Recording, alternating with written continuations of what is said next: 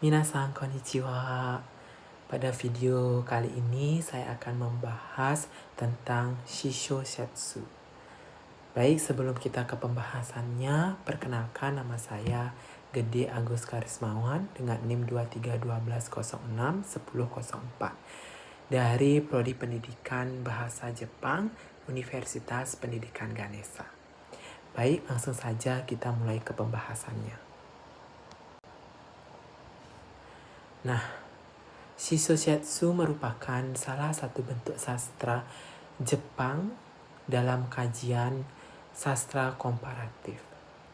Istilah ini sering diterjemahkan sebagai ai novel atau novel aku. Genre ini menekankan pengalaman pribadi penulis sebagai inti cerita. Shishoshetsu muncul pada periode Meiji ketika Jepang mengalami modernisasi besar-besaran. Pengaruh sastra barat, terutama naturalisme, mendorong penulis Jepang untuk mengekspresikan pengalaman pribadi secara lebih terbuka. Genre ini berkembang sebagai respon terhadap perubahan sosial dan budaya yang cepat. Penulis mulai menempatkan diri sebagai pusat narasi sehingga hal ini menandai pergeseran dari sastra tradisional ke bentuk yang lebih personal. Oleh karena itu, Shishoshetsu mencerminkan dinamika modernitas Jepang. Baik, kita langsung ke pembahasan. Dalam presentasi ini, pembahasan akan dibagi dalam beberapa bagian. Yang pertama, definisi pengertian atau konsep dasar Shishoshetsu. Kedua, perkembangan historisnya atau sejarahnya dalam konteks Jepang modern. Ketiga, ada karakteristik yang membedakan genre ini dari novel lainnya.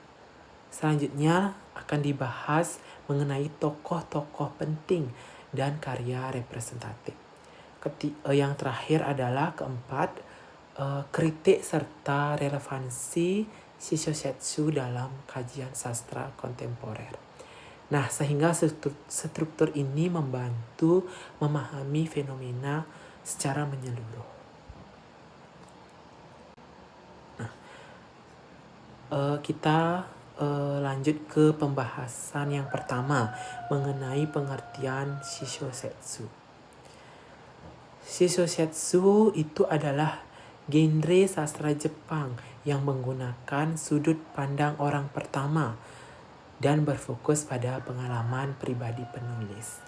Cerita yang disajikan seringkali bersifat autobiografis, di mana penulis mengungkapkan pikiran, emosi, pengalaman hidupnya secara langsung.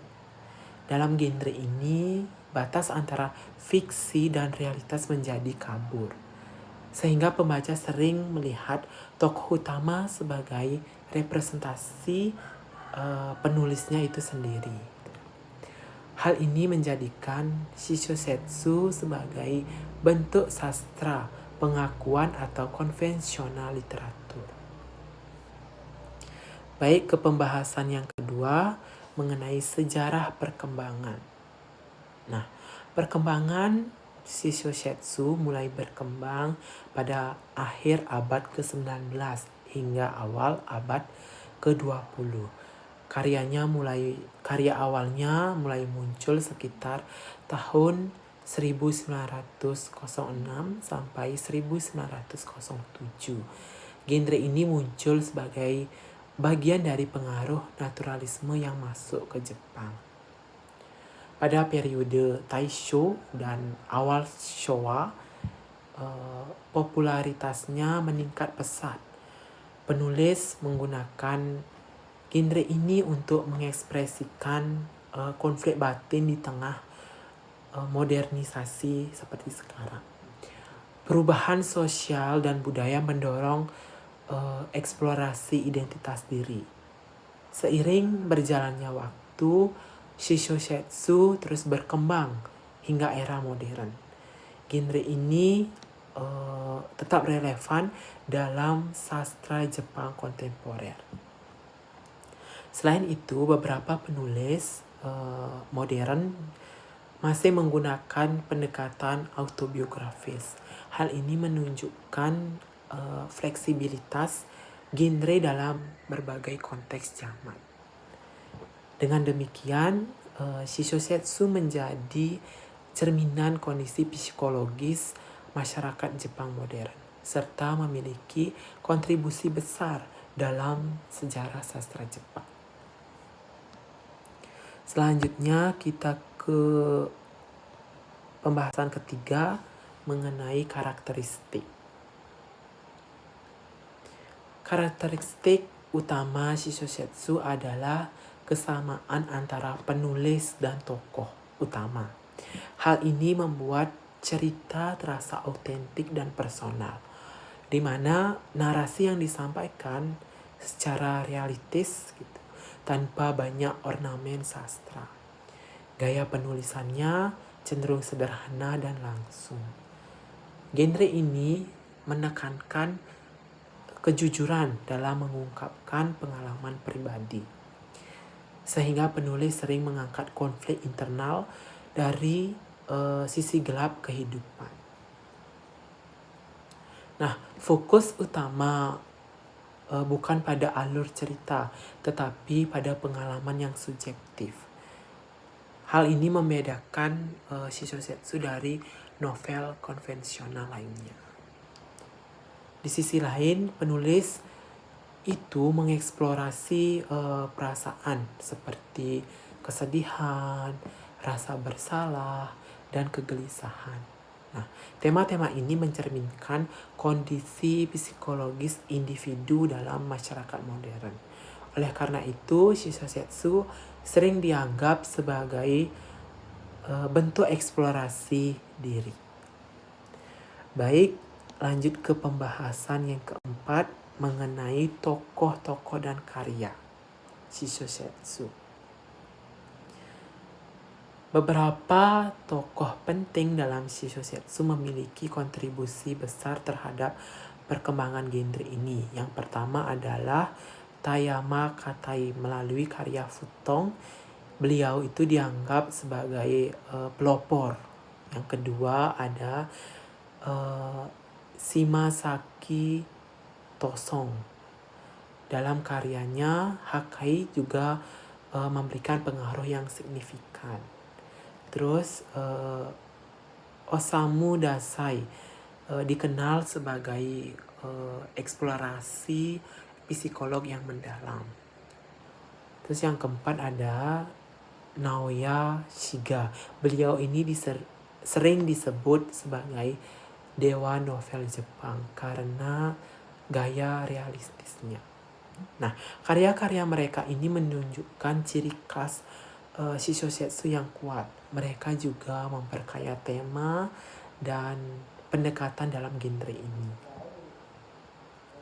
Karya-karya tersebut itu menunjukkan variasi dalam pendekatan Shishosetsu. Ada yang fokus pada konflik sosial, ada juga yang lebih introspektif gitu. Sehingga menunjukkan fleksibilitas genre dalam mengekspresikan pengalaman-pengalaman manusia. Selain itu, karya mereka juga memberikan pengaruh besar pada sastra Jepang modern. Selanjutnya, pembahasan yang terakhir ada kritik dan relevansi. Nah, Shishosetsu ini tidak lepas dari kritik dalam dunia sastra. Beberapa kritikus menilai genre ini terlalu subjektif dan berfokus pada diri sendiri. Nah, struktur naratif sering dianggap lemah atau tidak terorganisir.